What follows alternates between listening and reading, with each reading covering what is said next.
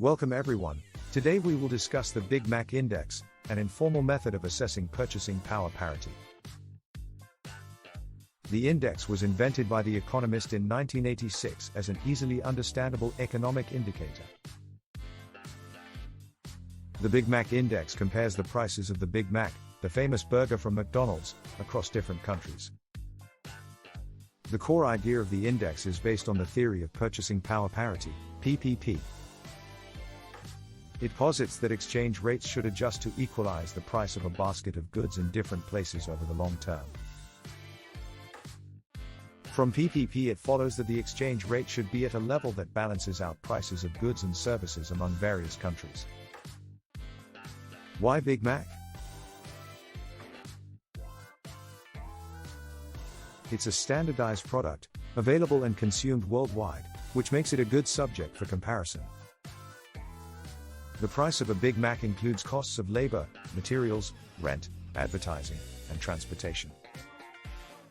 The index helps to understand how exchange rates affect purchasing power and price differences between countries.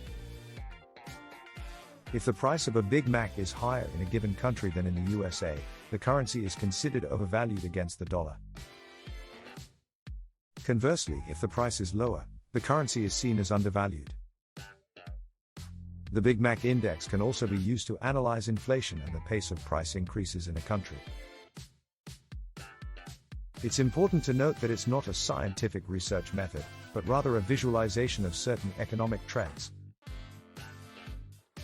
For example, in January 2022, the price of a Big Mac in Switzerland was the highest, suggesting a strong Swiss franc.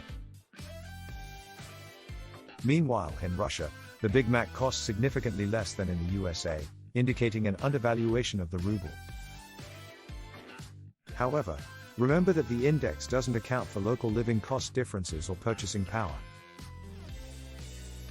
For instance, the high price of a Big Mac in Switzerland also reflects the generally high level of prices and living costs. Taxes, import duties, and other regulations that may affect the price are also not taken into account by the index. It's also worth noting that prices can be manipulated by corporations as part of pricing strategy, not necessarily reflecting the real currency value. The Big Mac Index can be an educational tool showing the impact of globalization and market mechanisms. It is accessible and can serve as an introduction to more complex economic indicators. Even though it's not perfect, the Big Mac Index remains a popular way to illustrate economic phenomena around the world. As economics students, you can use this index for discussions on purchasing power parity and the dynamics of exchange rates. I encourage you to analyze the price changes of the Big Mac as an exercise in international economics. Consider how other factors, such as monetary policy or political changes, might affect the index. Thank you for your attention, and I invite you to discuss the applications and limitations of the Big Mac Index in contemporary economics.